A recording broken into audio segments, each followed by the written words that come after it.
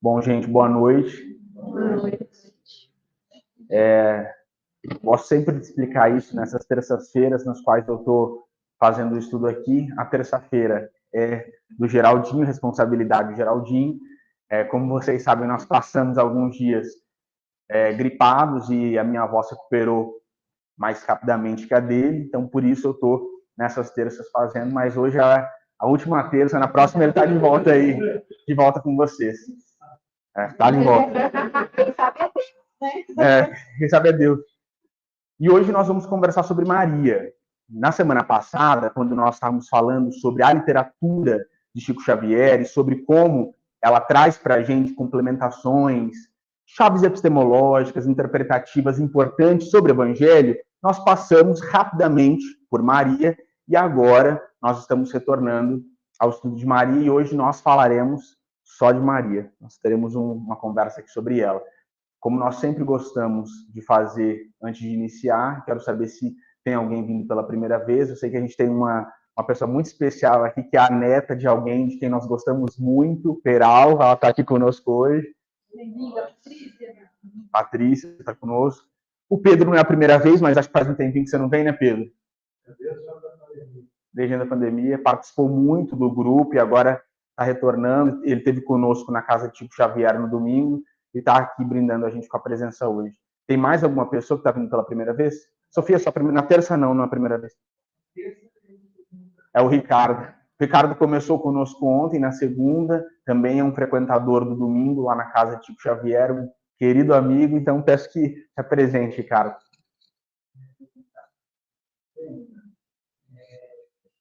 Eu sou Ricardo Carvalho, eu sou escultor, nasci em Belém do Pará, em 1949, estou aqui desde 1944. E o mundo do meu trabalho é a libertação da atividade física, tanto de boa energia e demais. Maravilha. Ricardo é um artista plástico de cuja obra nós gostamos muito, então a gente recomenda quem não conhece, o trabalho dele é realmente muito lindo. E a esposa dele está chegando, né, a Cíntia, daqui a pouco ela está aí conosco, começou também ontem, uma querida amiga, e vai estar conosco às segundas, quando eles puderem, nas terças-feiras, são novos membros aqui do Grupo Espírita Saber Amar. Então, antes de nós entrarmos propriamente na conversa de hoje, vou pedir para a Marina fazer a nossa prece inicial e depois a gente segue. Que responsabilidade, hein, gente? Fazer a prece inicial de Maria, não é mole, não. Uma coisa de mãe. Oh, amado Deus, Mestre, querido Jesus, Mãe Santíssima, Maria, pedimos as bênçãos de vocês, assim como a proteção, para que na noite de hoje nos inspire, nos acompanhe, esteja conosco, para que possamos receber todos os ensinamentos que estamos necessitando, assim como as vibrações, as energias.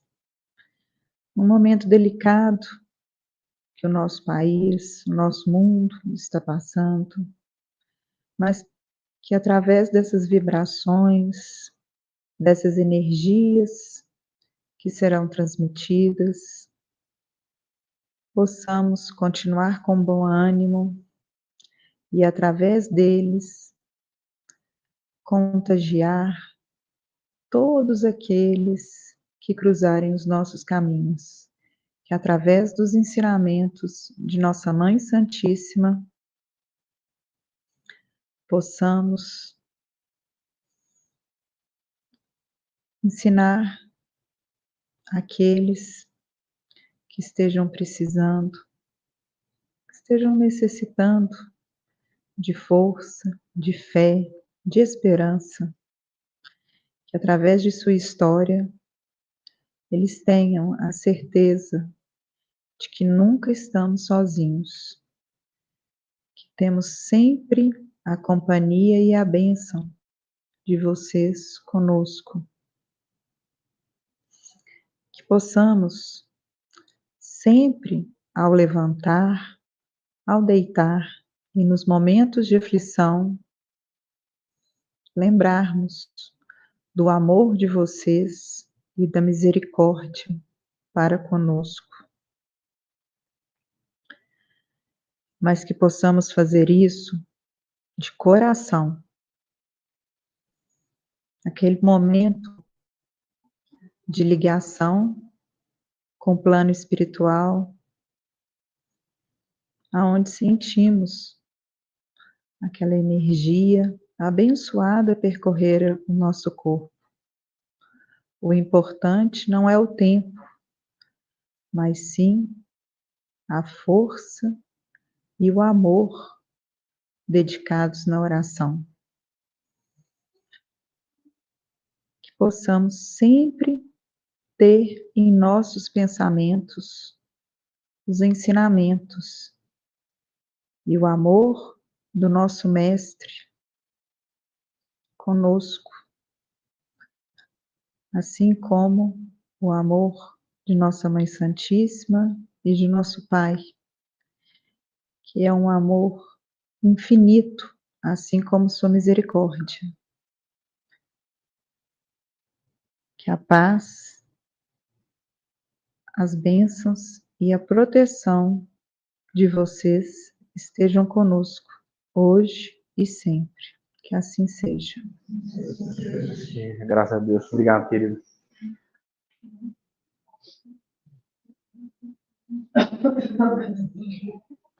Bom, gente, então vamos lá. Ave Maria.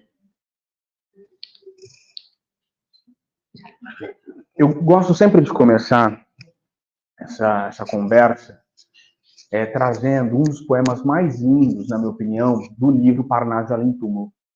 E o Elias Barbosa, que trouxe muitos comentários sobre esses poemas, ele fala para a gente que o Amaral Ornelas, ele fez talvez o trabalho mais bonito relativamente à reconstrução de uma oração tão conhecida. E no Parnaso nós temos algumas orações reconstruídas. Essa é uma delas, uma das mais lindas. E é uma oração, obviamente na forma de poema, mas uma oração sublime, com a qual a gente consegue mesmo se conectar com Maria. E o Amaral Ornelas traz assim para a gente. Ave Maria, Senhora, do amor que ampara e redime. Ai do mundo se não fora a vossa missão sublime. Cheia de graça e bondade, é por vós que conhecemos a eterna revelação da vida em seus dons supremos. O Senhor é sempre convosco, mensageira da ternura, providência dos que choram nas sombras da desventura. Bendita sois vós, rainha, estrela da humanidade, rosa mística da fé, lírio puro da humildade. Entre as mulheres sois vós, a mãe das mães desvalidas, nossa porta de esperança e anjo de nossas vidas. Bendito o fruto imortal da vossa missão de luz, desde a paz da manjedoura às dores além da cruz. Assim seja para sempre, ó divina soberana, refúgio dos que padecem nas dores da luta humana. Ave Maria, Senhora, do amor que ampara e redime.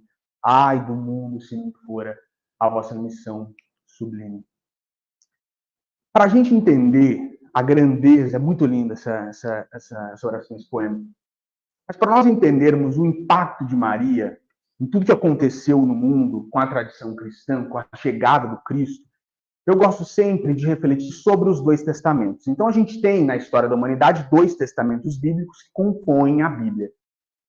E nos dois testamentos, quando a gente pensa em, e eu vou entrar aqui só para vocês entenderem o que significa, quando a gente pensa em literatura, em teoria da narração, nós temos um conceito de bifurcação, que são esses pontos principais a partir dos quais a narrativa se desenvolve. E nos dois testamentos, nós temos, no início, a presença de duas mulheres, duas mães, que são absolutamente necessárias para que a história da Bíblia se desenvolva. Então, no Velho Testamento, nós temos a figura de uma mãe, que é Eva, todo mundo conhece, e no Novo Testamento nós temos também a figura de uma mãe, Maria.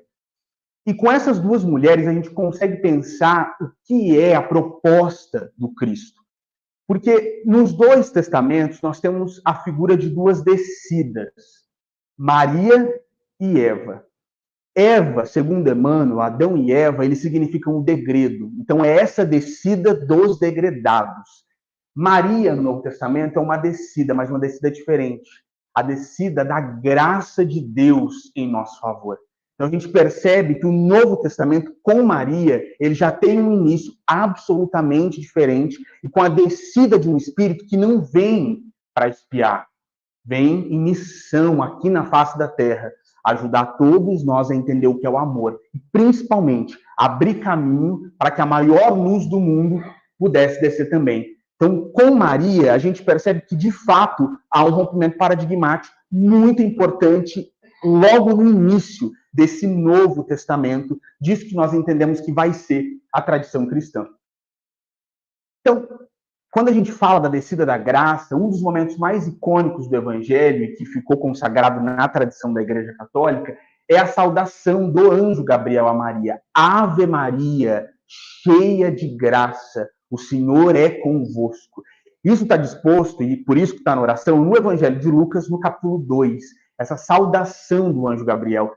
E essa saudação é muito importante, gente, porque Maria, ela vai se lembrar dessa vinda de Gabriel em muitos momentos da vida dela, em momentos chaves da existência de Maria de Nazaré. Ela se lembra desse momento em que Gabriel aparece para ela para dizer que ela seria a mãe do Cristo. E ela pergunta, se eu sou virgem, como é que isso vai se dar? Como que isso vai acontecer?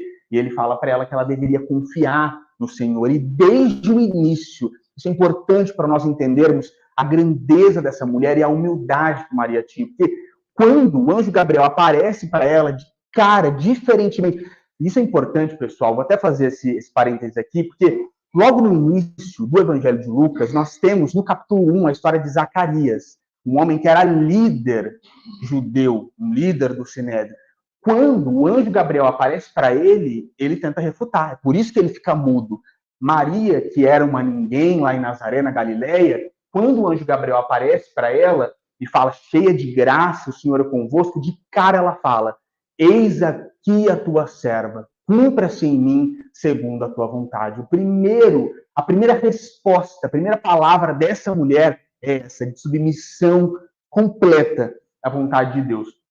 E é interessante, eu coloquei aqui o Evangelho de Maria de forma proposital, que obviamente essa não é a perspectiva da teologia majoritária no mundo, mas para nós espíritas não há dúvidas, e isso está consagrado no livro Paulo e Estevão, de que o Evangelho de Lucas é o Evangelho de Maria. Os relatos que estão dispostos no Evangelho de Lucas são os Evangelhos de Maria.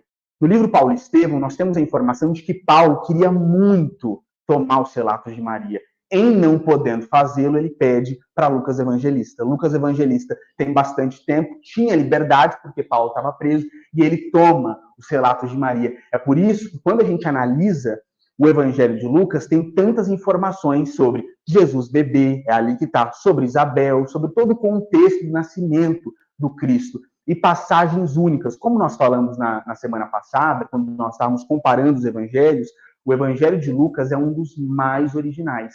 Um dos evangelhos que tem maior percentual de conteúdo original, que só está em Lucas. E na psicografia de Chico Xavier, nós temos a informação de que se trata do Evangelho de Maria. E ali a gente entende o contexto do nascimento do Cristo. E, de fato, começam a acontecer coisas muito espirituais. E no Evangelho de Lucas a gente vê isso. Um anjo começa a falar com as pessoas. Então, Nazaré começa a ser uma cidade povoada por uma esperança nova. A gente vai ver isso mais para frente. É muita tradição espiritual que se inicia nesse momento. Mas a gente precisa ter olhos para uma figura que muitas vezes na tradição é esquecida, que é José. E para a gente entender os motivos pelos quais aconteceu o que aconteceu com Maria, nós precisamos passar por José. E para entender José, nós precisamos voltar para o Evangelho de Mateus, porque é no Evangelho de Mateus, no início, que nós temos as informações mais precisas sobre esse homem e sobre o nível espiritual que ele tinha. No Evangelho de Mateus, nós temos a informação de que Maria, né, uma mulher envolvida no contexto hebraico, apareceu grávida e esse filho não era do homem ao qual ela estava prometida em casamento. Então, estava prestes a acontecer um grande escândalo de cara na tradição do Novo Testamento. E José, isso está no Evangelho de Mateus, como qualquer outro homem, ele pensou em deixar Maria. Ele pensa, esse filho não é meu, mas como ele era um homem muito bondoso, segundo os relatos de Mateus, nós sabemos que ele planejou deixá-la em segredo. Porque nós sabemos que a pena para uma mulher adúltera seria o apedrejamento. Então, se José também... Vejam como todo o planejamento da espiritualidade precisa ser preciso. Porque se viesse Maria muito elevada com um homem, por exemplo, muito ciumento, certamente ele a entregaria para o apedrejamento. Mas José, sendo um espírito muito elevado, eu falei isso na semana passada, nós não podemos olhar para o evangelho de forma anacrônica. Nós temos que entender o que era uma adúltera, aquele momento histórico, o que significaria uma mulher prometida em casamento a um judeu aparecer grávida. José, sendo muito evoluído, é isso que Emmanuel vai trazer para a gente, ele planeja deixar Maria em segredo. Mas quando José toma essa decisão de deixar Maria em segredo, um anjo, que pela tradição espírita nós sabemos que é o Gabriel, aparece para ele e fala, não deixe Maria, porque o que foi concebido nela foi concebido pelo Espírito Santo. Ela dará à luz a um filho e você colocará nele o nome de Jesus, porque ele vem para a remissão dos pecados do seu povo. E é muito interessante a gente pensar isso, porque o Evangelho de Mateus ele começa com uma genealogia do Cristo, desde Abraão até José. Isso não é por acaso, pessoal. Isso se dá dessa forma, essa genealogia ela é colocada para que não reste dúvidas para todos nós que José é a carga valorativa hebraica do nascimento do Cristo.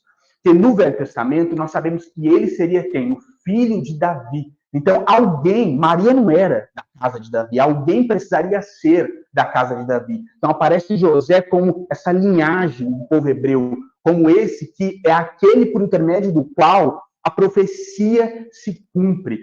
E é importante, um dia a gente pode fazer um estudo sobre isso, é importante a gente perceber como a vida de Jesus é absolutamente um cumprimento das profecias do Velho Testamento. Em todo momento ele cumpre as profecias. E a escolha do pai não seria diferente. E é muito interessante nós pensarmos sobre José e pensarmos a grandeza dele, porque nós nos esquecemos muitas vezes desse homem, nós falamos muito de Maria, ela é muito celebrada, na tradição católica ela é muito celebrada, José também é celebrado no catolicismo, não é nas outras religiões, mas Emmanuel fala para a gente o seguinte, lá no livro Levantai a Seguir, capítulo 6, houve um homem integral que atendeu a Jesus, hipotecando-lhe o coração sem mácula e a consciência pura. Trata-se de José. Esse homem, gente, era um espírito muito evoluído. Emmanuel fala para a gente que ele, apesar de toda a fama de Jesus, nunca pensou em se aproveitar disso e deixar a carpintaria. Nunca pensou em deixar o trabalho dele. E Emmanuel fala para a gente que José passou pelo mundo no divino silêncio de Deus. Um homem muito humilde. Tudo indica que na maior parte da vida do Cristo ele já tinha falecido, ele já tinha desencarnado, não estava mais presente, mas foi alguém que ensinou muito a Jesus, com quem o Cristo conviveu muito e com quem o Cristo aprendeu muito. E esse homem, nos relatos do Evangelho de Mateus, era um homem altamente capaz de receber informações espirituais. No Evangelho de Mateus, nós temos uma sequência, e eu indico que vocês leiam com bastante calma, de informações espirituais que José recebeu no contexto do nascimento do Cristo. E essas informações não estão em Lucas. E pelo livro dos médiuns, nós sabemos que para receber uma informação de um anjo, só pode ser um espírito muito elevado. Ele recebe muitas informações sobre como proteger a vida de Jesus. Então, vai para o Egito, volta para a Galileia, e tudo isso em todo momento em que Jesus está correndo risco de vida, José recebe uma informação e ele não espera, ele age imediatamente. Além de tudo, era um homem extremamente corajoso. E aí nós temos essa questão da lei e do espírito. Nós falamos sobre isso na semana passada, que o Velho Testamento é um grande arcabouço legislativo, muitas leis. E de cara, isso é muito importante que a gente perceba, pessoal, porque de cara, antes de Jesus iniciar o ministério dele, nós temos uma quebra da lei por causa do Espírito. Então, quando José decide não cumprir a lei, que seria deixar aquela mulher para o apedrejamento, porque ele recebeu uma informação espiritual, nós temos isso, que é o que Paulo fala na segunda epístola aos Coríntios, quando Paulo fala, a letra mata, o Espírito vivifica. Então, de cara, gente, quando nós temos todo esse início do contexto de Maria com Jesus, de cara, o apostolado do Cristo, a tradição evangélica, ela já se inicia. Muitas vezes a gente pensa, o ministério de Jesus começou lá em Caná da Galileia, com o primeiro milagre. E não, gente, com Maria, quando essa grande luz veio ao mundo, esse ministério ele já se inicia. E nós temos, de fato, essa revolução do amor que vai reinterpretar o mundo inteiro, iniciando com essa mulher muito impressionante, ao qual nós todos somos muito gratos. Então, como eu falei, ela é o início desse rompimento. E eu acho que é interessante a gente pensar isso. Nós temos falado aqui algumas vezes sobre o Miramês, sobre o João Nunes Maia, e é no livro do Miramês, Maria de Nazaré, é outra obra muito linda, cuja leitura nós indicamos fortemente, é nessa literatura que nós temos algumas informações sobre a quantidade de trabalho que deu, gente, para essa mulher poder reencarnar no nosso planeta. Para Maria poder descer, foi necessário muito trabalho. Um espírito puro como ela, que certamente já estava desmaterializado, para se materializar, para vir para um planeta como o nosso, tão denso, com pessoas tão difíceis, isso leva muito trabalho. E o Miramês fala para a gente que houve a necessidade de fazer uma grande limpeza na atmosfera da Galileia, porque era, como vocês sabem, tudo que acontecia lá, uma atmosfera muito densa. E o Miramês fala isso dessa esperança desconhecida. Ele conta para a gente quando Maria estava se aproximando do planeta Terra, as pessoas começaram, sem saber por quê, sentir uma esperança nova. Então as pessoas começaram a ficar mais felizes com a aproximação daquele espírito. Os doentes, os pobres, aqueles que eram relegados da sorte, começaram a sentir uma felicidade nova que eles não sabiam de onde vinha, e era da aproximação dela do nosso planeta. E é muito interessante, eu não coloquei esse trecho aqui, mas no livro eles falam para a gente que os figos daquela região eles ficaram gigantescos, as frutas começaram a ficar gigantescas, porque o espírito puro dela modificou absolutamente toda aquela região e todas aquelas pessoas para que ela pudesse chegar. E no livro Miramês, nós temos a informação, na tradição católica, nós temos uma diferença de nome, que Ana e Eli eram os pais de Maria. E quando ela se aproximou do corpo deles, esses dois sentiram uma necessidade muito grande de trabalhar pelo próximo, trabalhar além, servir as pessoas. E nós temos relatos muito bonitos sobre o que os pais de Maria começaram a fazer quando ela começou a se aproximar do corpo da mãe. Trabalharam muito. Miramês fala para a gente que ela era de uma pureza lineal e que ela foi reta, uma conduta reta do nascimento até o desencarne. Não houve mácula na mãe do Cristo. E é importante isso porque nós sabemos que, e aí a gente fala isso com todo respeito, há algumas outras escolas cristãs que gostam de colocar Maria como uma mulher comum, como se ela tivesse sido uma mulher qualquer, mas que teve uma grande missão. E não, gente, a gente está falando de um espírito muito mais evoluído do que a nossa compreensão é capaz de analisar. Ela tá absolutamente fora do nosso patamar de análise, de compreensão. No Evangelho do Chico, a gente tem uma frase muito interessante, que é quando ele fala para a gente que após o amor de Jesus, o maior que nós experimentamos é o amor de mãe personificado em Maria. E isso é muito bonito. As mães no mundo, elas sofrem muito. E nós temos muitos textos na literatura espírita que nos dizem que, se não fosse por elas, certamente o evangelho não teria suportado. Nós não teríamos o cristianismo se não fosse o amor das mães. Esses corações que estão tão acostumados com o sofrimento, com os filhos, com toda a dor de cabeça, são muito importantes para todos nós. E para a gente pensar Maria, para nós entrarmos nessa conversa, a gente precisa pensar o amor de mãe. O que é esse amor? E o que os espíritos nos falam sobre esse amor? Por isso eu coloquei aqui o Livro dos Espíritos e o Consolador, que trazem informações importantes. Porque Kardec, na questão 890 do Livro dos Espíritos, ele vai perguntar se o amor de mãe, ele é uma virtude, é óbvio para todos nós que ele está acima, ou se ele é instinto, e também acontece nos animais.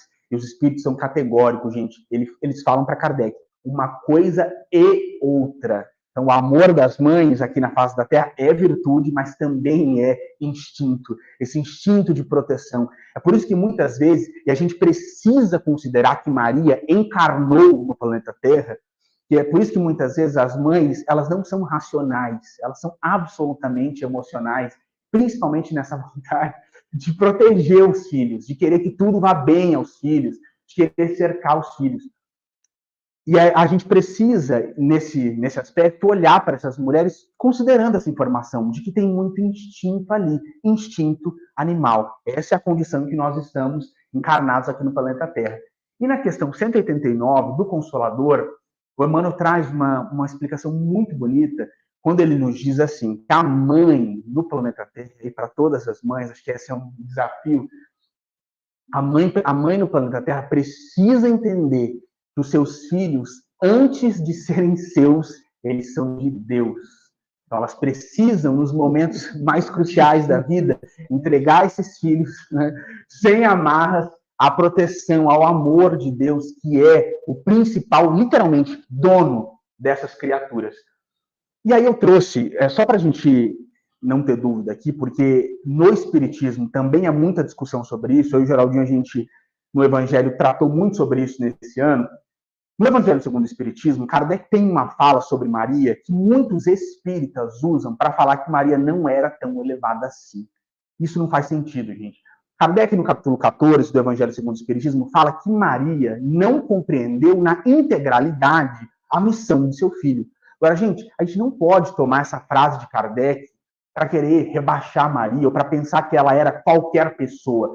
Para entender a integralidade da missão do Cristo, só ele mesmo, só o Espírito mais puro passou na face da Terra, que é ele. Questão 625 do Livro dos Espíritos. Nós não podemos, para considerar que Maria seja um espírito superior, querer que ela compreendesse a totalidade da missão do Filho. Porque, como nós estamos falando, na condição de um espírito que estava encarnado no planeta Terra, ela tinha limitações. Encarnar na face dessa Terra não é fácil. É por isso que Jesus fala tantas vezes para todos nós sobre a carne ser fraca e sobre como todos nós precisamos orar e vigiar.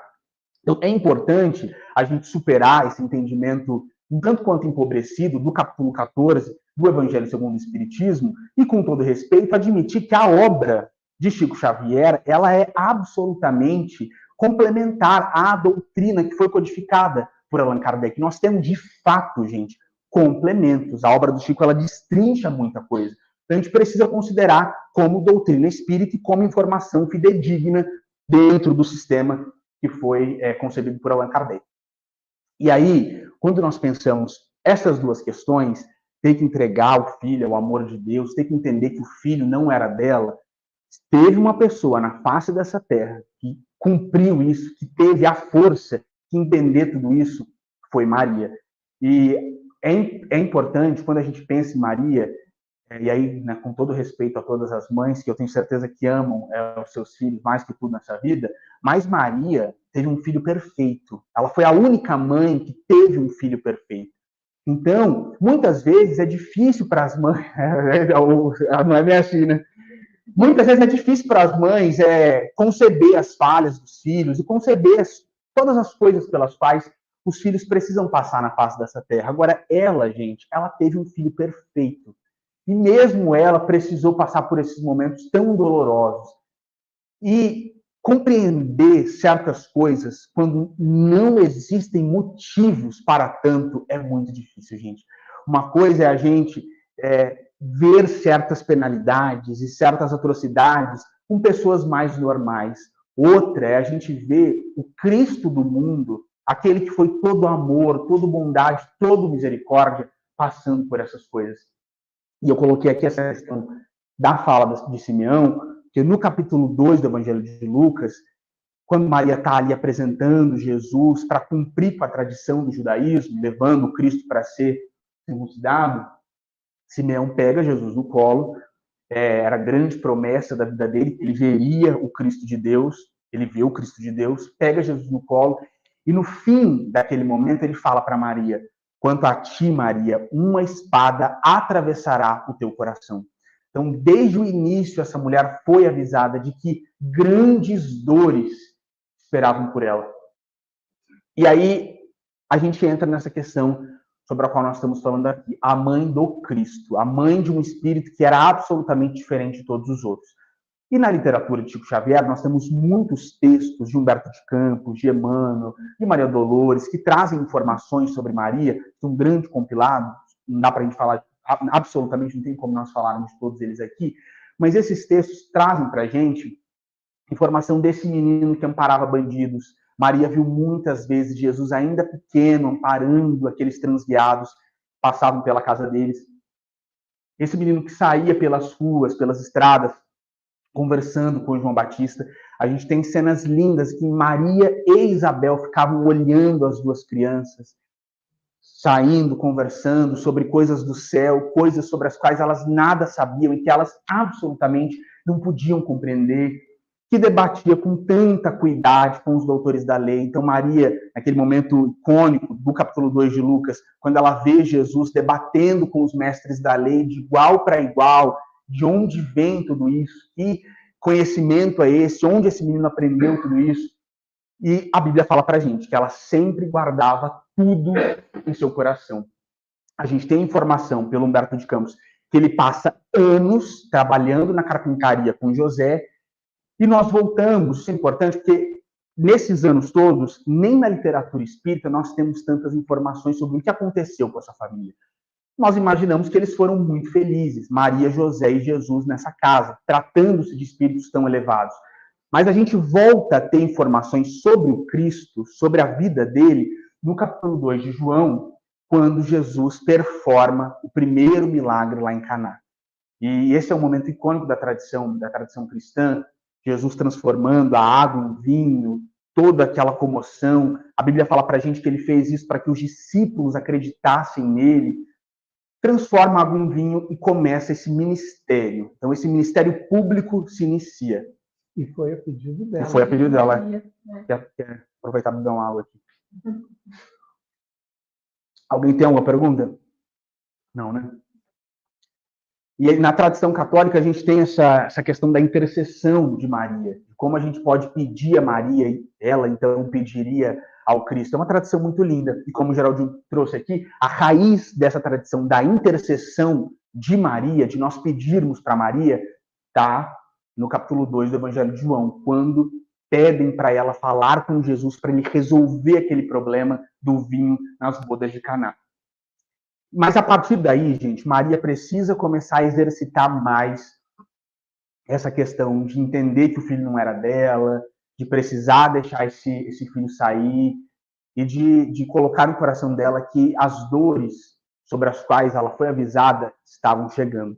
Porque Jesus começa a chamar muita atenção depois do primeiro milagre público. E aí a gente pensa, quem poderia parar Jesus? Transforma a água em vinho. Então, um milagre que chocou todo mundo, aquela região toda. Cegos de nascença começam a recuperar a visão. Isso é para cumprir profecia. Jesus curou muitos cegos porque os profetas falaram que o Messias curaria os cegos. Muitos cegos de nascença recobram a visão. Os paralíticos de toda sorte começam a retomar os movimentos. Os rancenianos, né, que hoje nós sabemos que é a ranceníase, os leprosos, sendo purificados.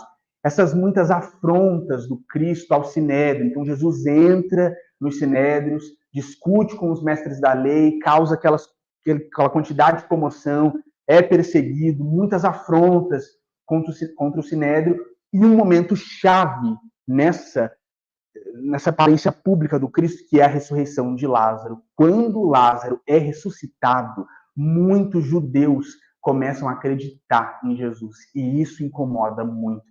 Quando Lázaro é ressuscitado, e boa parte do Sinédrio começa a acreditar no Cristo, a entender que Jesus de Nazaré era assim, o Cristo de Deus, o filho de Davi, os fariseus eles começam a elaborar com mais força esses planos para matar o Cristo, para matar Jesus. Então, esse momento em que Lázaro é ressuscitado, ele é um momento chave em que a vida do Cristo muda para sempre e a vida de Maria também muda para sempre, que essas grandes dores começam a chegar. E aí eu não vou ficar me estendendo aqui sobre tudo isso que Jesus viveu, mas a gente entra nesse momento que é essa noite que eu chamei aqui de interminável. Porque a perseguição contra Jesus aumenta muito, ninguém sabe mais quando seria o momento em que ele seria capturado, em que ele seria detido. Os fariseus estão absolutamente decididos de que eles prenderiam e matariam esse homem, e chega a esse cume que é essa noite.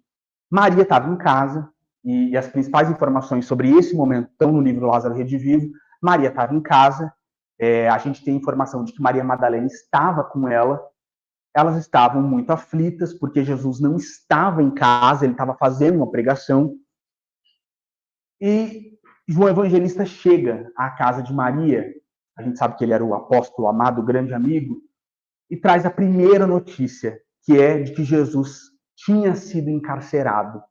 A gente sabe todo o contexto de como isso aconteceu, ele está disposto nos 4 evangelhos, mas só para a gente esclarecer, Judas já tinha decidido pela traição, já tinha combinado com os sacerdotes e os mestres da lei qual seria o momento. Então, quando Jesus está no Getsemane, Judas aparece e com um beijo trai o Filho do Homem. Todos os apóstolos deixam Cristo sozinho.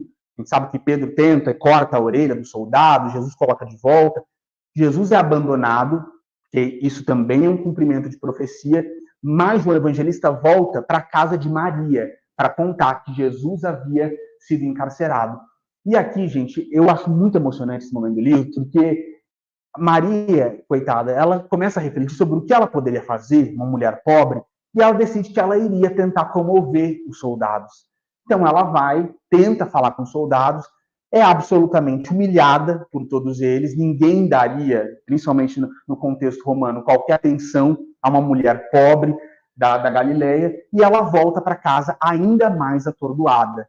João Evangelista, e aqui é interessante a gente perceber que João Evangelista possivelmente era quem tinha contatos mais poderosos dentro do meio judeu. A gente sabe que ele foi quem trouxe o relato do Nicodemos, porque ele tinha uma amizade com Nicodemos. É por isso que João Evangelista consegue entrar nesses lugares, e é por isso que só no Evangelho de João nós temos esse relato dessa conversa de Jesus com Nicodemos. E nesse momento, João começa a ir até o tetrarca, até o palácio, e voltar para contar para Maria o que é que estava acontecendo. Então ele chega e dá essa primeira notícia de que Jesus tinha sido encarcerado. Maria tenta comover os soldados, não consegue, é humilhada e volta para casa. Ela volta para casa com Maria Madalena e se entrega à confiança em Deus. E esse é um ponto muito bonito desse momento que Maria passou, porque em cada momento, gente, cada pedrada que essa mulher levava, ela voltava e se enchia de esperança. E o João Evangelista sai e volta e fala que Jesus foi detido, foi preso. E no terceiro momento, nessas idas e vindas do João Evangelista, ele volta e fala que Jesus tinha sido acusado pelos sacerdotes. Então, já havia ali um consenso do que aconteceria. Ele sofreu uma acusação. E que Pilatos não sabia se cumpriria o rigor da lei ou se ele ouviria o clamor do povo. E essa mulher fica absolutamente atordoada. É uma noite para Maria, assim, insuportável, porque ela vai até o palácio, e quando ela vai ao palácio, ela tem que ver, e eu acho muito triste, gente, ver o Cristo sendo humilhado por aquelas pessoas, sendo torturado. Então ela vai até o palácio e vê o Cristo com aquela roupa de púrpura, com uma coroa de espinhos, e com os soldados batendo na cabeça dele para machucar o lugar onde estava a coroa. E ela vê essa cena, e isso é muito triste. E como qualquer mãe faria e tentaria fazer, ela pensa que ela se jogaria até Jesus. Ela sairia correndo para tentar tirar ele daqueles algozes, mas Humberto de Campos conta para a gente que Jesus dá um olhar para ela quando ela vê ele, um olhar. E naquele olhar, ela entende que ela deveria ter fé, que ela não deveria se precipitar e ir até onde ele estava para tentar resolver a situação. Com um olhar, Jesus consegue passar uma mensagem gigantesca para ela de confia em Deus. Agora é a hora de confiar em Deus. E ela isso é muito interessante, porque essa mulher impressionante, ela esmorece na fé e ela pensa em alguma coisa para trazer esperança nova. E depois desse olhar de Jesus, ela descobre que Pilatos deixaria o povo escolher. Então ela se toma de esperança, porque ela pensa, o meu filho, como a gente falou, que curou cego, que levantou os paralíticos, que ajudou todo mundo, é claro que o povo não vai escolher por Barrabás, porque Barrabás, na tradição, ele era um criminoso conhecido. Todo mundo sabia quem era Jesus Barrabás. E ele estava sendo acusado, de fato, por homicídio e por revolta contra o governo. Então Maria pensa, vai dar tudo certo, porque o povo vai escolher por Jesus. E mais uma vez ela leva uma pedrada, porque o povo escolhe Barrabás. E ela esmorece na fé novamente. E aí ela tem que assistir, um outro momento que eu acho muito triste, porque ela tem que assistir o filho carregando aquela cruz pesada. Jesus, depois de ser torturado, é colocado para carregar aquela cruz. E eu acho muito bonito isso. Isso tem um lastro bíblico, cristão muito grande, porque quando Maria vê Jesus carregando a cruz, ela se lembra de Isaac e de Abraão. Então ela pensa, lá no início da tradição do povo hebreu, lá no início da Torá, tem a história. Abraão precisou, por amor a Deus, levar Isaac até o sacrifício. Mas na última hora, Deus poupou a vida de Isaac. Então ela pensou, se Deus na última hora poupou a vida de Isaac, ele vai poupar a vida do meu filho também. Então ela, apesar de ver Jesus naquela situação, lembrando de Abraão e Isaac, ela mais uma vez recobra a esperança. E aí, quando ela percebe que Jesus é içado naquele madeiro entre dois ladrões, ela começa a perguntar, e isso é bonito para a gente ver como é difícil, gente, a vida de uma mãe. Como é difícil na face dessa terra para uma mãe manter esse padrão alto, vibratório, quando algo acontece com os seus filhos. E Maria, no espírito dessa pureza, ela começa a duvidar. Cadê o amor de Deus para a minha família? Meu filho, que é prometido, ser o Cristo de Deus, por que isso está acontecendo com ele? Por que ele não desce da cruz? Por que não acontece alguma coisa para meu filho sair dessa situação? E nada acontece. E esse exemplo de Maria é para a gente entender que muitas vezes na nossa vida, esse grande resgate com o qual a gente sonha, não vai acontecer. Mas ela dá o exemplo, que a gente vê Jesus recomendando ela, e está descrito nos 4 evangelhos, mãe, ela fala, meu filho amado, e ele olha para ela, mãe, já dizendo o que aconteceria com ele, eis aí o teu filho, falando de João Evangelista, e olha para João Evangelista e fala, filho, eis aí a tua mãe, dizendo que o futuro dos dois seria esse futuro de mãe e filho, porque certamente, encarnado, ele não estaria ali. E ela entende nesse momento tudo que aconteceria. E aí, gente, quando... Isso é muito bonito, porque quando Jesus morre, eu acho isso muito emocionante. É quando Cristo morre e ela vê a cabeça do filho pendendo naquela cruz, ela ouve mais uma vez a saudação do anjo Gabriel. Ave Maria, cheia de graça.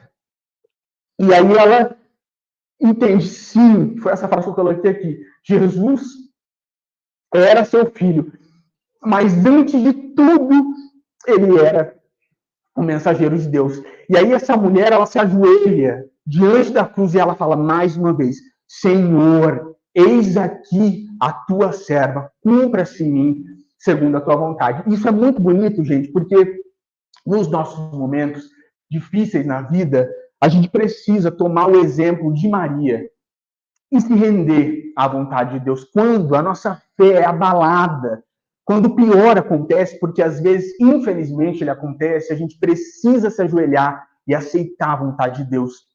E esse é um dos principais ensinamentos que essa mulher traz para a gente.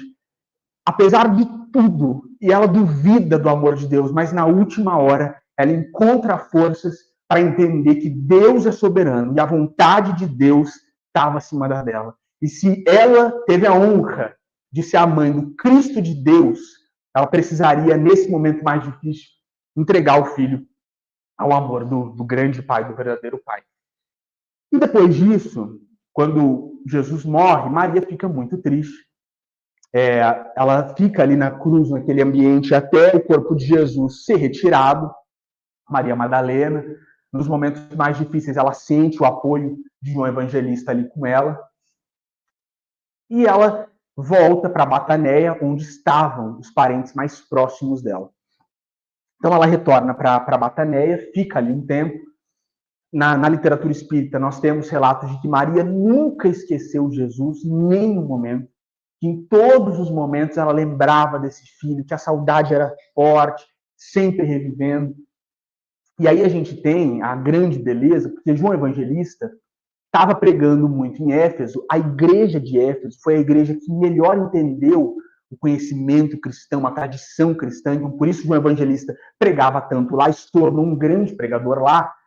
Maria fica por alguns anos muito sozinha, muito triste, com a família dela, e isso porque José já havia desencarnado, mas depois de alguns anos, o evangelista volta para trazer Maria para morar com ele. Então ele volta, tem uma conversa com ela, fala para ela que apesar de em Jerusalém, na própria Galileia, a situação dos cristãos estarem, né, ali tentando sobreviver estava muito difícil, mas em Éfeso ele estava conseguindo corações abertos para as verdades do Cristo.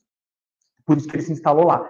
Então João compra uma casinha muito modesta, com uma doação que ele recebe, e chama Maria para morar com ele. E Maria e João passam a morar juntos. E aí a gente tem esse novo início de um novo momento para a tradição cristã que é muito bonito. E dos motivos pelos quais todos os nossos corações estão tão ligados à figura de Maria. É a partir desse momento que os principais exemplos relativos a ela, que se perpetuam até hoje, começaram a acontecer.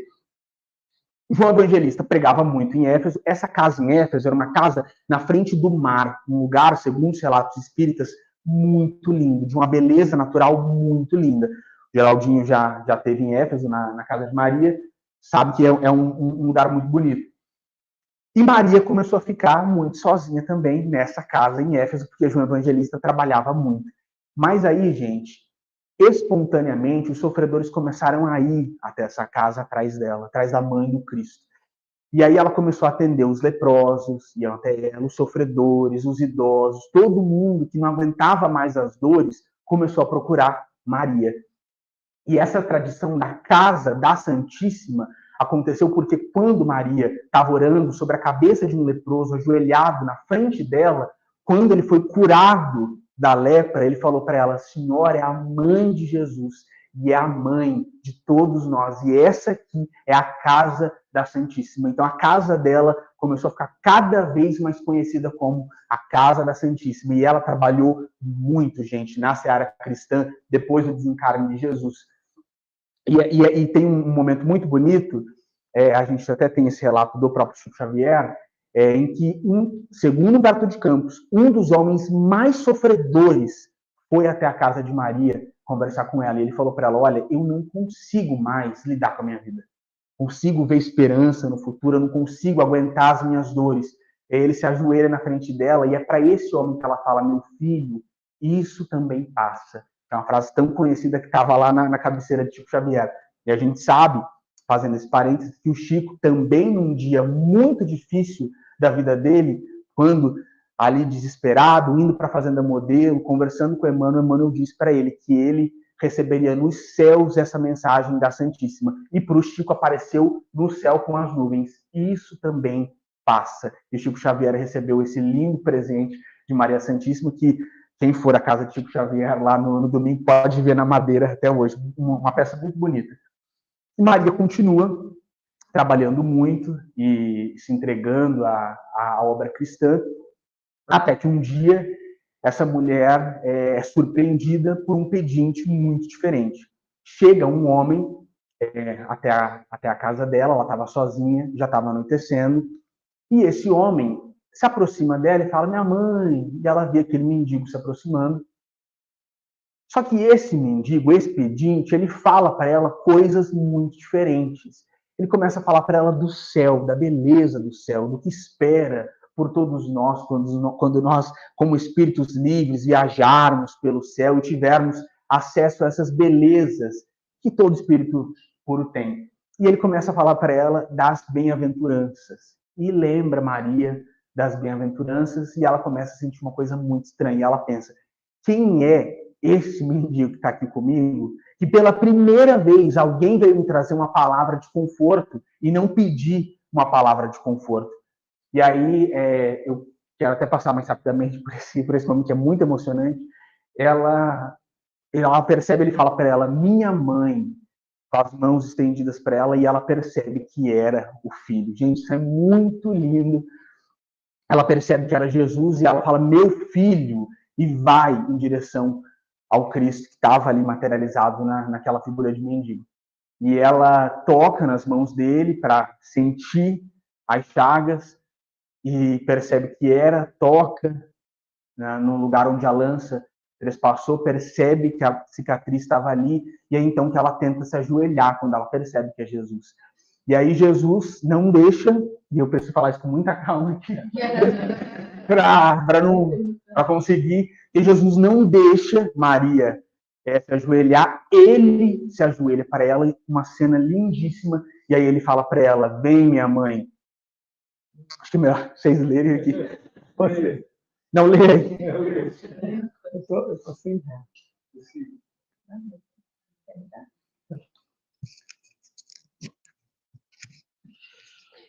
Vem, minha mãe, vim buscar-te, pois meu pai quer que sejas no meu reino a rainha de todos os anjos. Eu prefiro não ler essa parte, porque eu acho isso uma das coisas mais lindas. Então, Maria vê o filho vindo buscá-la, ela tenta ajoelhar, ele não deixa e ele fala, a rainha de todos os anjos, para nós entendermos qual é o patamar, gente, desse espírito que nós conhecemos aqui no planeta Terra como Maria de Nazaré. O próprio Cristo veio buscá-la e com essa frase.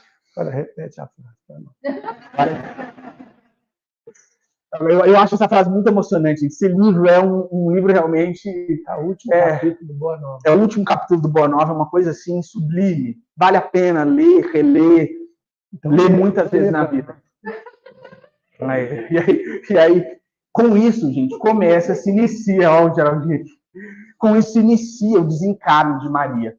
Depois que ela tem esse encontro maravilhoso com Jesus, ela não conseguia mais falar. Então ela fica muda, obviamente, uma beleza como essa deixou ela muda, ela não fala mais.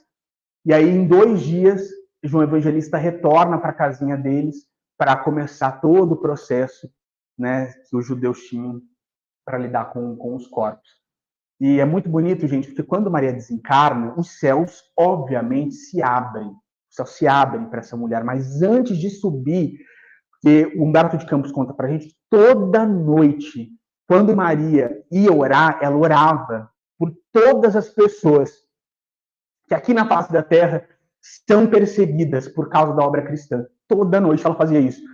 E quando ela está prestes a desencarnar, ela se lembra dessas pessoas desse povo todo que sofre tanto pelo cristianismo, por amor à obra cristã. E ela decide, antes de subir aos céus, visitar os cristãos que estavam sofrendo tanto. Então ela entra em Roma e vai até uma catacumba ver os cristãos que estavam preparados como comida para as feras, porque, como vocês sabem, os romanos adoravam no circo colocar os cristãos no meio para os leões, aqueles leões africanos, comerem todos eles. Então, aqueles cristãos que estavam esperando já um espetáculo romano, Maria entra ali para dar força para eles. Ela pensa, o que será que eu posso fazer por essas pessoas? Será que eu posso dar para elas? E ela pensa, o reino do meu filho não é material, não tem nada de material que eu possa dar para eles. E ela se aproxima de uma moça e fala, canta, minha filha. E essa moça, naquela catacumba, começa a cantar e ela enche todo mundo ali de alegria para a hora do sacrifício. Um momento muito lindo da tradição cristã. E Humberto de Campos fala que é por isso que todas as vezes que nós, cristãos, estivermos cantando nas nossas dores, nos nossos desesperos, a gente deve lembrar de Maria e entregar para ela uma flor do nosso coração. E aí, gente, eu quis trazer isso aqui para vocês, porque no Lázaro Redivivo, em outro capítulo, Humberto de Campos conta para a gente que, obviamente, depois do desencarne do Cristo, isso a gente já caminhando para o final, as pessoas começaram a esquecer de Jesus. Mas Maria não. E Humberto de Campos traz uma lição mesmo para os filhos e filhas aqui no mundo. Ele fala assim, homens e mulheres do mundo, que a vez de afrontar um dia a esfinge do sepulcro, é possível que estejais esquecidos plenamente no dia imediato ao de vossa partida, a caminho do mais além. Familiares e amigos, chamados ao imediatismo da luta humana, passarão a desconhecer-vos, talvez por completo. Mas se tiverdes um coração de mãe pulsando na terra, regozijar-vos-eis além da escura fronteira de cinzas, porque aí vivereis amados e felizes para sempre. Humberto de Campos, nesse capítulo, é outro capítulo muito bonito, gente. Fala para a gente que o coração da mãe que perde um filho jamais esquece, que o mundo inteiro pode esquecer, mas uma mãe não esquece, que Maria nunca, em nenhum momento, deixou de pensar em Jesus. E aí, a gente vai entrar aqui já no poema final, para a gente pensar em Maria, nesse momento tão bonito da tradição, mas só para a gente terminar, é interessante nós relembrarmos o livro da irmã Ivone, o Memórias, né? Aí essa segunda palavra é complicada de falar na internet, mas esse livro do Camilo Cândido que traz todo o relato dele depois que ele tirou a própria vida. E nesse livro, gente, a gente tem a informação de que é Maria que cuida dos nossos irmãos e irmãs que desistiram da vida. E é outro livro, quem não leu, leia, muito lindo, de uma esperança. A gente sempre fala, o primeiro capítulo do Memórias, ele é pesado. Mostra ali a descrição do vale, é um livro muito pesado, as pessoas reclamam, tem muita gente que fala que não consegue passar do primeiro capítulo, mas quem tiver imbricado nessa questão do primeiro capítulo deve passar, porque esse livro é um dos livros que mais trazem esperança para todos nós. E saber que é Maria que cuida dessas pessoas, sei que o Silas também gosta muito dessa obra, saber que é Maria que cuida dessas pessoas no plano espiritual, gente, traz muito alento aos nossos corações. Tem um momento em que o Camilo Cândido fala para a gente que no hospital de Maria Santíssima, esses irmãos geralmente não veem Maria personificada, então ela aparecendo no hospital, mas eles falam que cada detalhe desse lugar lembra Maria Santíssima. Ele fala para a gente que quando eles olham para o bordado da cortina, eles têm a lembrança viva no coração de que Maria de Nazaré está ali com eles. Então, é um livro muito bonito.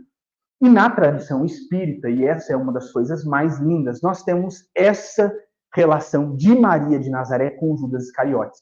Então, essa mulher que sofreu tanto com a morte do seu filho, esse filho amado, esse filho perfeito, Cristo de Deus, o Cordeiro Santo, ela, em momento algum, decide tentar penalizar Judas ou lembrar de Judas com uma má palavra ou com um mau pensamento. Pelo contrário. Então, para a gente organizar aqui, nós temos dois momentos desse auxílio que Judas recebe nessas sombras em que ele se encontrava. Então, num primeiro momento, o próprio Cristo... Acho que é a Cíntia, né? Oi, querido, entra aí. Então, num primeiro momento, nós temos o próprio Cristo indo até Judas para colocar ele para dormir. E essas são duas informações trazidas para nós pelo Espírito de Maria Dolores. Mas quem desce mesmo para resolver a situação de Judas é Maria Santíssima. Então, Judas estava nesse lugar difícil das sombras e Maria vai até lá para falar com ele. E esse diálogo entre os dois está colocado na forma de poema na maravilhosa, portentosa literatura psicografada por Chico Xavier. O nome desse texto, desse poema, é Retrato de Mãe. E a gente tem esse relato. Então, Retrato de Mãe. Depois de muito tempo, sobre os quadros sombrios do Calvário, Judas, cego no além, errava solitário. Era triste a paisagem, o céu era nevoento. Cansado de remorso e sofrimento, sentara-se a chorar. Nisso, nobre mulher de planos superiores, nimbada de celestes esplendores, que ele não conseguia divisar, chega e afaga a cabeça do infeliz. Em seguida, num tom de carinho profundo, quase que em oração, ela lhe diz: meu filho, por que choras? Acaso não sabeis? Replica o interpelado, claramente agressivo. Sou um morto e estou vivo. Matei-me e novamente estou de pé, sem consolo, sem lar, sem amor e sem fé. Não ouvistes falar em Judas, o traidor? Sou eu, que aniquilei a vida do Senhor. A princípio, julguei poder fazê-lo rei, mas apenas lhe impus sacrifício, martírio, sangue e cruz. E em flagelo e aflição, eis a que a minha vida agora se reduz. Afastai-vos de mim, deixai-me padecer neste inferno sem fim. Nada me pergunteis, retirai-vos, Senhora. Nada sabeis da mágoa que me agita. Nunca penetrareis minha dor infinita. O assunto que lastimo é unicamente meu. No entanto, a dama, calma, respondeu: meu filho, sei que sofres, sei que lutas, sei a dor que te causa o remorso que escutas.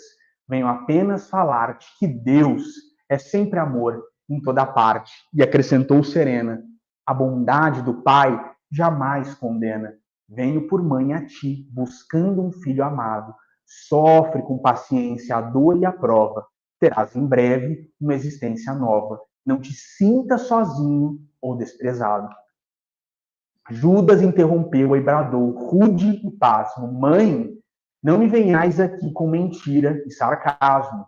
Depois de me enforcar num galho de figueira, para acordar na dor, sem mais poder fugir à vida verdadeira, fui procurar consolo e força de viver ao pé da pobre mãe que me forjara o ser.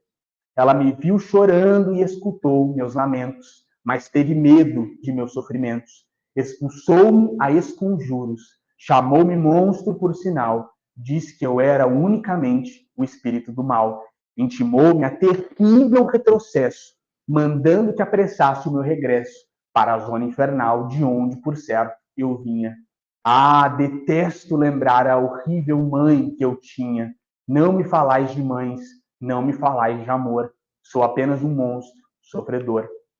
Ainda assim, disse a dama docemente, por mais que me recuses, não me altero. Amo-te, filho meu, amo-te e quero. Ver-te de novo, a vida maravilhosamente revestida de paz e luz, de fé e elevação. Virás comigo à terra, perderá pouco a pouco o ânimo violento. Terás o coração nas águas de bendito esquecimento, numa nova existência de esperança. Levar-te-ei comigo a remansoso abrigo, dar-te-ei outra mãe, pensa e descansa.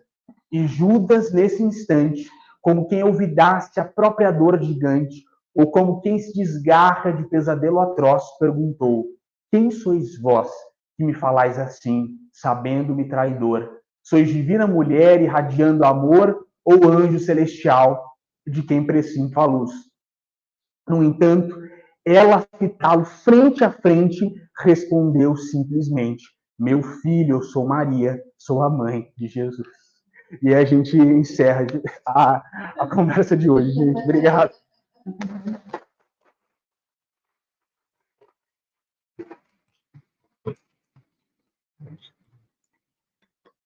Bom, pessoal, a gente passou um pouquinho do tempo, mas alguém quer fazer alguma pergunta sobre Maria, sobre o texto? Alguém ficou com alguma dúvida sobre esse contexto? Tema emocionante de hoje? Acho que não, né? Dá para... claro. Existe, você ouviu falar sobre Atos 2? Uhum. Sei. Pentecoste, sei. Eu não sei se algum aqui, eu, há muitos anos, menos de 15, eu li um livro sobre psicologia, Uhum. A Bíblia de Discipladores. E ele falava a respeito da Maria, já próximo ao encarne, conversando com João, e que ele perguntava a respeito da relação dos dois, Maria e Jesus, e ela falava que eles já tinham muitas encarnações como Maria e mulher, e que chegaram a um grau de elevação e pureza que já não teve mais Maria e mulher. Lastro bibliográfico. Olha, eu estou impressionado porque eu acho que isso é, de uma certa forma, o controle universal dos espíritos. Eu tenho algumas informações sobre Maria Jesus que eu não posso falar, porque aí, né, nesse caso, enfim, não posso falar, mas não vou entrar aqui, porque esse é um assunto um tanto quanto polêmico, mas o Chico Xavier falou com alguns amigos, né, o Geraldinho sabe de algumas coisas, o doutor Dirceu também tem outras informações, sobre essa relação ser muito mais profunda do que as pessoas imaginam. E que só dois espíritos tão ligados poderiam dar conta de uma missão como a gente viu hoje, de tanto sofrimento aqui na face dessa terra. Certamente, os dois estão juntos há uma quantidade de tempo que a gente não consegue mensurar por esse amor. Como todas as mães e filhos, como todos nós, estamos juntos há muitas encarnações. Mas no caso deles, não aqui na Terra. Não, aqui em outros planetas. Porque isso que o Geraldinho trouxe é importante. Jesus e Maria, e aí eu acho que existe um fundo de controle universal dos espíritos nessa informação que você traz, mas Jesus e Maria não encarnaram na Terra antes. Eles não reencarnaram, eles desceram. Jesus nunca encarnou na Terra até a vinda dele como Cristo, porque essa é a metodologia, essa é a dinâmica, esse é o sentido do Messias, o Cristo, o enviado de Deus. Ele vem uma vez para ensinar para todos nós qual é o caminho, a verdade e a vida, e para deixar claro que nós não iremos a Deus se não for por intermédio dele. Então, por isso, nesse sentido de que eles teriam sido marido e mulher, mãe, filho, neto e avó, em muitas outras encarnações. Na Terra, isso não. É a primeira vez que eles reencarnaram agora. A relação desses dois espíritos que nós conhecemos como Jesus Cristo e Maria de Nazaré, certamente é muito mais antiga do que a gente pode mensurar. Emmanuel diz que no livro A Caminho da Luz, que a evolução de Jesus Cristo em outros planetas se deu em milhões de anos atrás em planetas que não existem mais, que já viraram pó estelar. Eles nem existem mais. Né? É uma evolução muito longa e a gente não pode tentar encaixar eles à mediocridade que é o planeta Terra. Nosso planeta é maravilhoso, nós todos somos muito gratos por estarmos aqui nele, mas para o Cristo, Jesus formou esse planeta. Há muito tempo. Então, quando a gente tem esses relatos lá no Velho Testamento, da formação da Terra, quem fez esse planeta foi Jesus. Então, não foi aqui que ele evoluiu e que essa relação dele com Maria começou. Agora, eu acho muito interessante quando nós vemos em outros autores espirituais essa confirmação de certos pontos, porque isso prova a metodologia de Kardec do controle universal dos espíritos. Muito interessante.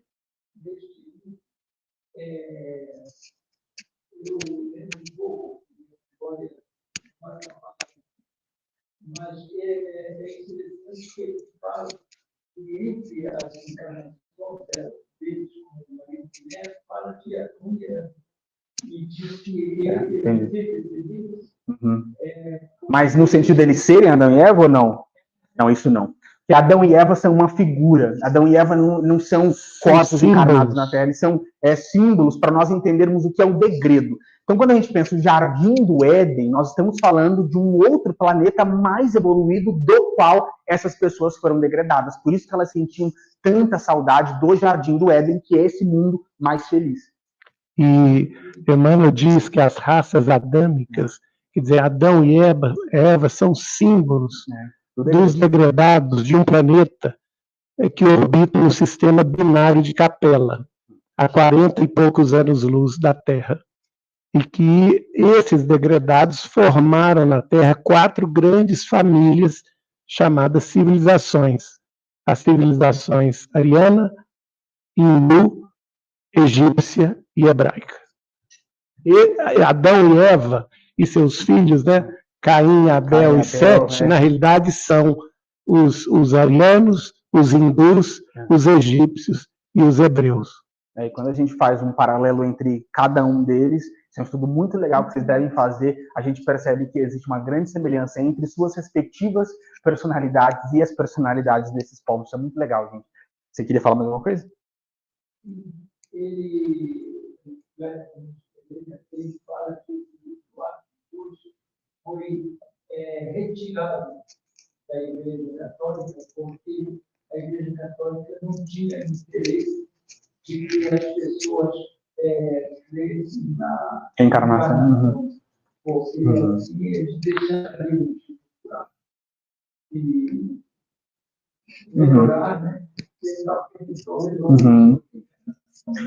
A gente até falou disso um pouco na semana passada, que vocês ainda não estavam conosco, mas o conceito de reencarnação, ele foi retirado diante de uma decisão política dentro de um concílio da Igreja Católica. Então, ele foi, de fato, retirado. E a Bíblia é claramente reencarnacionista. E pelo imperador Focas, no século VI depois de Cristo. E agora, o livro, fica uma indicação de leitura, o Atos 2 da Bíblia, o capítulo 2 do livro de Atos da Bíblia, em que a gente tem lá do Pentecostes, com a primeira parte Lucas e Pedro, a segunda parte Paulo de Tarso, a gente tem todo esse contexto, a gente vê muito de Pedro lá, e muita mediunidade nesse capítulo do Novo Testamento.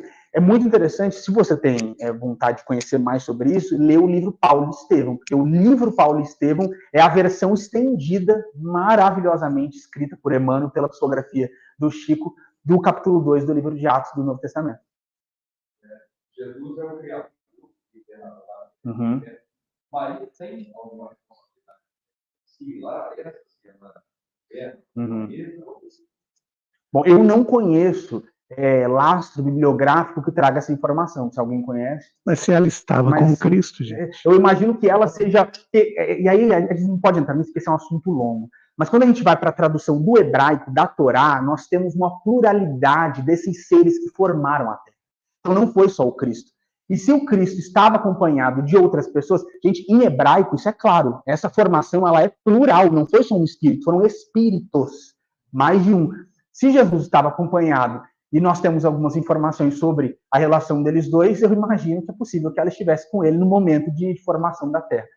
Ela é um espírito, gente, que tem muita ligação conosco. Nós que encarnamos muitas vezes aqui no planeta Terra, ela é nossa mãe santíssima, a mãe de todos nós, a quem nós devemos muito, a quem nós devemos ser muito gratos. Então, certamente, ela está muito mais envolvida com o planeta Terra do que a gente imagina. Tudo certo, pessoal? Maravilha. Então, a gente encerra por aqui hoje. Na semana que vem, Geraldinho estará conosco. A gente vai fazer... Bom, eu vou...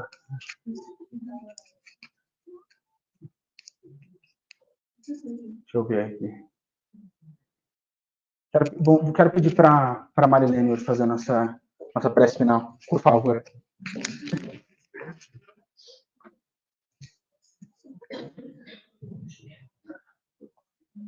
Senhor, estamos aqui agradecidos, embebidos com as palavras de homenagem e conhecimento sobre a nossa Mãe Santíssima. Agradecidos ao Pai Deus por esta maravilha que nos trouxe, este Espírito iluminado. Agradecidos a ela pelo amor do Cristo com o qual ela nos presenteou. Tentaremos encerrar o estudo de hoje não apenas agradecidos, mas devemos levar conosco a emoção das horas que se passaram, dos minutos, do estudo, trazendo para a nossa vida rotineira as bênçãos maravilhosas da Mãe querida. Pedimos ao Pai que nos fortaleça no ânimo de servir tanto quanto, em algum momento, nós possamos ser grandes, um pouco como ela, que nós possamos levar para a nossa mente, para os nossos trabalhos, para os nossos pensamentos diários, aquilo que ela nos ensinou. Agradecidos a todos os espíritos que estiveram conosco nesse momento, nos fortalecendo, nos animando ao estudo mais uma vez. Encerramos com as boas vibrações da oração que veio através das mãos benditas do Chico. Senhor, sábio dos sábios, Pai de toda a criação, põe doçura em nossos lábios e a fé em nossos corações. Sol de amor que nos conduz na vida em que nos agasalha. Enche nossos olhos de luz e as nossas mãos de trabalho. Dai-nos força, Senhor, para lutar e vencer, transformando todos os espinhos em flores do nosso dever. Pai, não nos esqueça nas bênçãos da compaixão e guarda-nos em teu coração, que é de paz e de amor sem fim. Nas vibrações poderosas dessa oração, nós encerramos nosso estudo de hoje, levando para todos aqueles que também se encontram em nossa mente, em nossa tela mental, as bênçãos desse momento. Que assim seja. Graças a Deus. Obrigado, querido.